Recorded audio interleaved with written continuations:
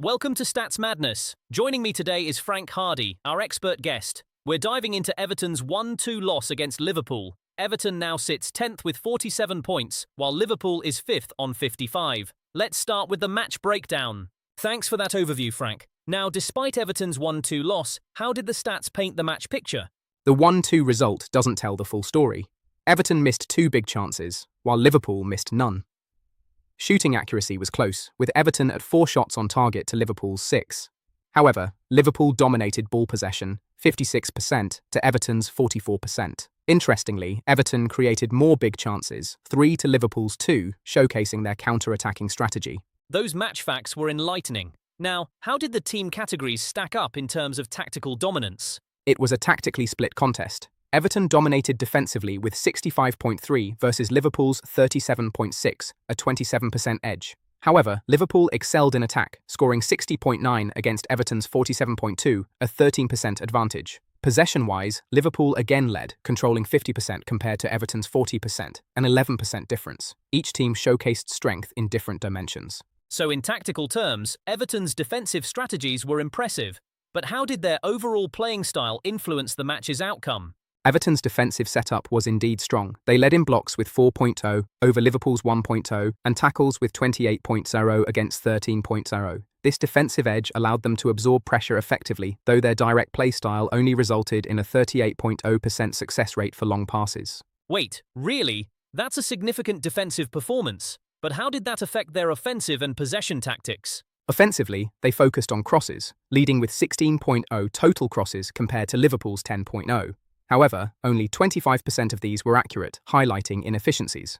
Despite this, their defensive effort kept them competitive, balancing out these offensive shortcomings. Interesting, because Everton's defensive tactics clearly impacted the game, but how did the momentum shift across match intervals? Everton struck first in the 15 to 30 interval, controlling accurate crosses with a 53.3% success rate. Liverpool's momentum surged in the 45 to 60 window, dominating successful passes with 126 compared to Everton's 43. The 75-90 interval saw Liverpool's shots spike, totaling 5 against Everton's 1, culminating in Virgil van Dijk's goal, which clinched their win. Everton's surge in successful long passes during 60-75 stood out, but Liverpool's late-game precision sealed the deal. So, with that momentum shift in mind, how did Everton's performance stack up against their season average? Everton exceeded expectations in tackles, registering 28 against a season average of 18.42. They also had 2 big chances missed, which is above their usual 1.19. Additionally, their goal attempts stood at 8, slightly higher than their 6.91 average. These figures highlight a mixed bag, where defensive aggression increased, but scoring efficiency didn't quite hit the mark. So with Everton's surprising tackle count, how do their overall league standings highlight their season identity? They struggled with shots inside box, hitting only 7 today. This places them in the bottom 16% league-wide, below the average of 8.38. It's a systemic issue reflecting their season's difficulty in penetrating defences. Interesting, because Everton is usually strong defensively. How did their defensive metrics hold up today?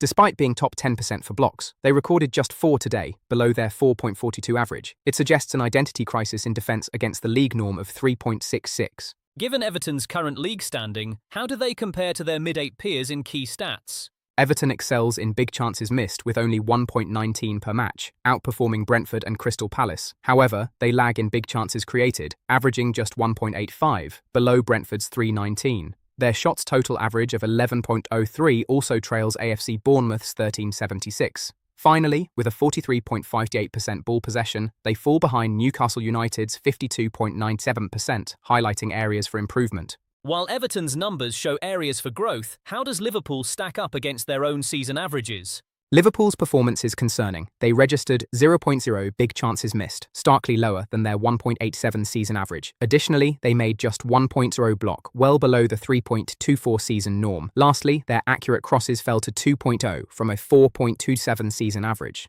These figures suggest a worrisome trend in crucial areas. So Liverpool's averages are slipping, but how does their league standing reflect their identity this season? Liverpool's identity is in flux. They're in the top 0% for shots total, but today only managed 14 shots, below their 15.73 season average. Their ball possession percent also dropped to 56, against a usual 59.73.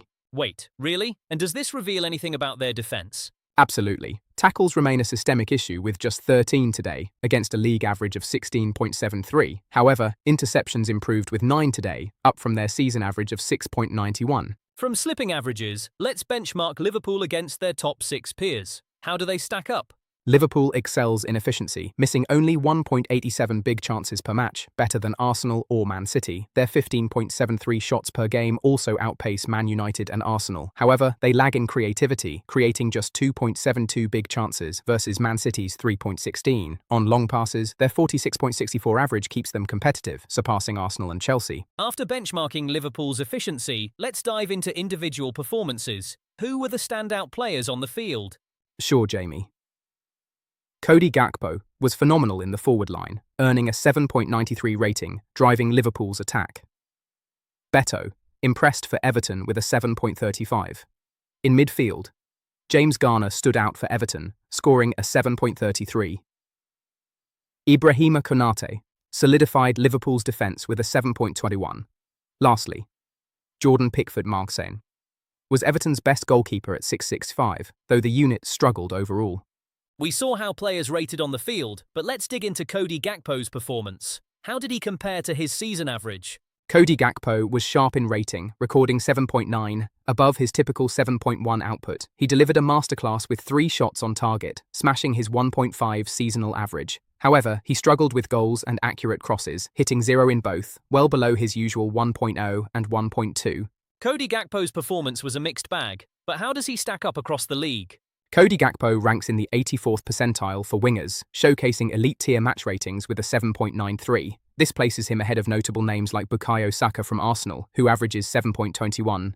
Gakpo's consistent high performance is evident, especially when compared to the league average of 6.76. Despite his struggles in goals and crosses, his overall impact remains significant among his peers. After looking at Gakpo's league standing, let's dive into how he measures up against his positional peers. What's the standout stat? Cody Gakpo shines in assists, averaging 1.25 per game, outpacing peers like Jeremy Doku, who averages 0.9. However, in accurate crosses, he lags behind, managing just 1.22 compared to Bukayo Saka's 1.5. These stats highlight Gakpo's strength in playmaking, but show room for improvement in crossing accuracy. Gakpo's assist prowess is clear, but let's switch gears to Beto. How does his performance stack against his own season averages? Beto's consistency is notable with a rating of 7.35, close to his 6.73 average. Surprisingly, he excelled in shots total with 4.0, far above his 1.73 average, and in touches, achieving 27.0 over the 15.75 average. However, he struggled in big chances created, registering 0.0 against a 1.0 average. Beto's standout performance this season is undeniable, but where does he rank across the league right now?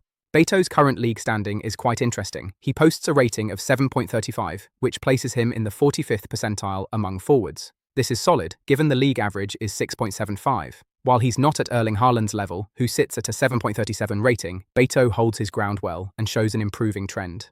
Overall, a mid-tier but promising position for him. So, Beto's league standing is solid mid-tier, but shifting gears, how's James Garner performing against his own season average? James Garner's consistency is evident with a 7.3 rating, perfectly matching his season average. However, he truly shone in tackles, registering an impressive 8.0 compared to his 3.4 average. It wasn't all positive, though. Garner struggled with clearances and interceptions, both dropping to 0.0 against his average of 2.8 and 2.1, respectively. This mixed performance highlights both strengths and areas needing improvement. Garner's performance against his season average was mixed, but how does he rank as a centre-back across the league? James Garner stands out in 2 key areas. His rating of 7.33 and tackles at 8.0 place him among the league's top 2% for centre-backs, compared to league averages of 6.8 and 1.95. However, his duels won percentage is a concern, dropping to 0%, significantly below the 63.8 league average, highlighting an area needing attention. Speaking of league standings, how does Ibrahima Konate's recent performance stack up against his season averages? Ibrahima Konate delivered a strong performance with a 7.2 rating, closely matching his 7.0 season average. He excelled in interceptions, notching 3.0 compared to his usual 1.5. However, he struggled with shots blocked, failing to register any against his 1.0 average. On a positive note, his ball recovery was impressive, with 5.0 surpassing his 3.5 season average. So after comparing Konate's performance, how did Curtis Jones fare in his recent match? Curtis Jones showed strong consistency with a 7.1 rating, mirroring his 6.8 season average. His ball recovery was phenomenal, achieving 16.0 versus 4.3, marking a personal best. Interceptions also impressed, hitting 4.0 compared to a 1.4 average. However, an off day in key passes, with 0.0 against his 1.5 average, showed room for improvement. Curtis Jones's performance brought depth, and Liverpool's 2-1 victory showcased distinct tactical identities. Thanks to Frank Hardy for his expert insights into these contrasts. Remember, each match tells its own story. Thanks for tuning in to Stats Madness. We'll see you next time.